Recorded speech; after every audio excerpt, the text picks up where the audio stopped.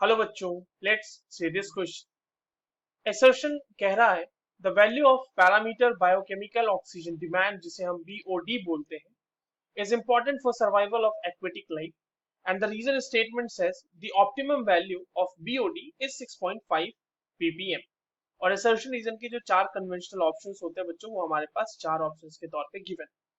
चलिए इस क्वेश्चन को सॉल्व करते हैं और सबसे पहले तो ये देखते हैं कि इस क्वेश्चन को सॉल्व करने के लिए हमारे पास कौन सी की कॉन्सेप्ट की जानकारी होनी चाहिए।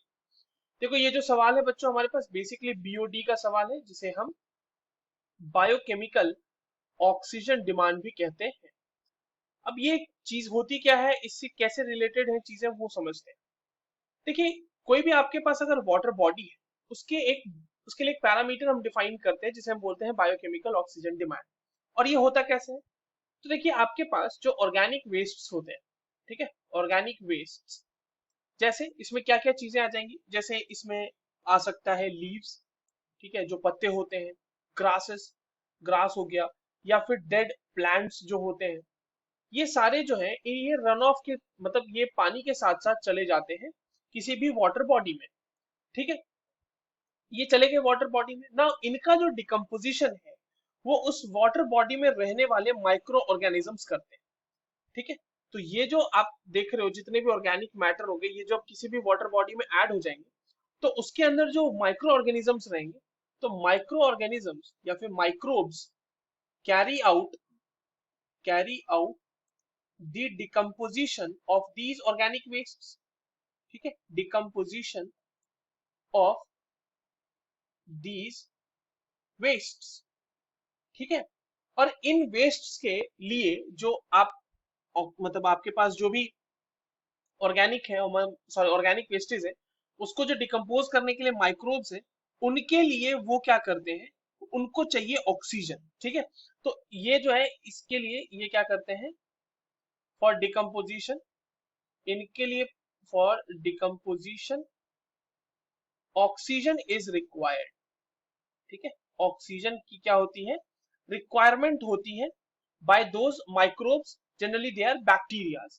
तो यही कहलाता है बायोकेमिकल ऑक्सीजन डिमांड, कि कितना ऑर्गेनिक वेस्ट है उसको जो डिकम्पोजिशन करने में हमारे पास जितना ऑक्सीजन कंज्यूम हो रहा होगा बाय द बैक्टीरियाज, उसको डिग्रेड करने में, ठीक है, उसी को बोलते हैं biological oxygen demand, biochemical oxygen demand.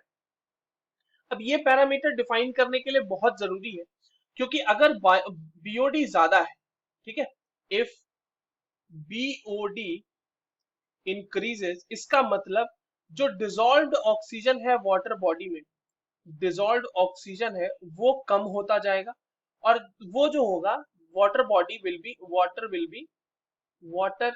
B unfit for aquatic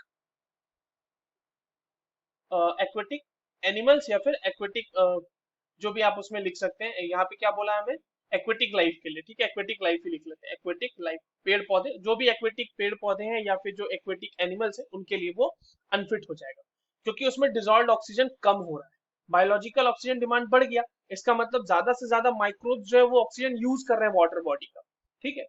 अब समझिएगा, अगर क्लीन वाटर की बात करें हम, तो क्लीन वाटर के लिए जो बीओडी है बच्चों, that is equals to 5 ppm, ठीक है।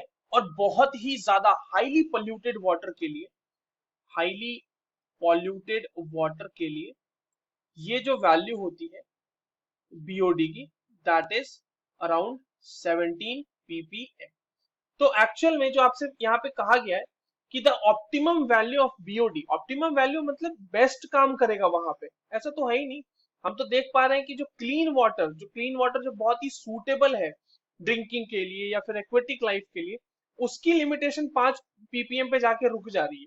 तो 6.5 तो बहुत दूर की बात है। तो रीजन स्टेटमेंट अपना क्या हो जाएगा बच्चों, गलत हो जाएगा, बल्कि एसर्शन रीजन जो हमने देखा था वो सही है, राइट। तो assertion is true but the reason is false, so the correct answer will be option third.